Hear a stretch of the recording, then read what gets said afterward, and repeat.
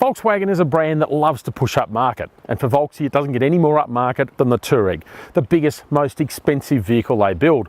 And this one is the latest and greatest, the third generation Touareg.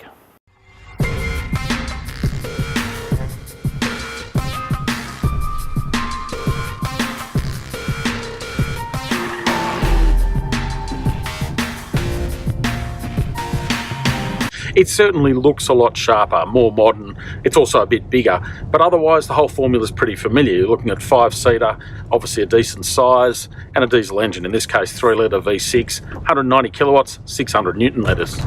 Underneath, it actually shares plenty with some pretty fancy machinery. Lamborghini Urus, Porsche Cayenne, Bentley Bentayga, some pretty full-on top-shelf SUVs. And the architecture on this car is exactly the same. Obviously the target market is very different and the price tag is very different too, although the price tag has gone up. For this car you're looking at $90,000. This one is the launch edition. It's got a few more bits and bobs. It's certainly very well specified. Down the track later in 2019 there are going to be more affordable models, but they're still going to cost more than what some people are accustomed to paying for a Volkswagen Touareg. This latest one makes a massive leap forward in terms of technology, particularly safety technology. Obviously auto braking and all that stuff's included. It's also got some pretty fancy forward cross traffic alerts. So imagine you're trying to pull out of an intersection, you can't quite see, it's a little bit tight. Well, the car's going to try and spot it for you and can even hit the brakes. So some pretty cool stuff going on there. Inside, you've only got to sit in it to realise that things have stepped up enormously, particularly when it comes to attention to detail. Some of the finishes, the materials, a massive step up. The central infotainment screen is also huge, at least if you option the so-called InnoVision package. Costs about $8,000. Some of the functionality is similar to that of a smartphone.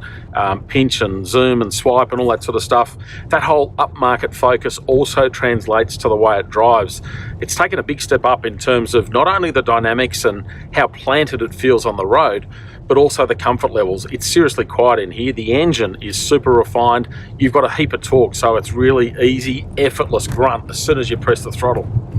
It's also riding on standard air suspension, so you've got a bit of adjustability there in terms of drive modes, the height of the car, those sorts of things. It's all about stepping up the luxury, trying to compete more head-on with those luxury brands. It's certainly not lacking much in terms of equipment and features. There is a heap of stuff in here.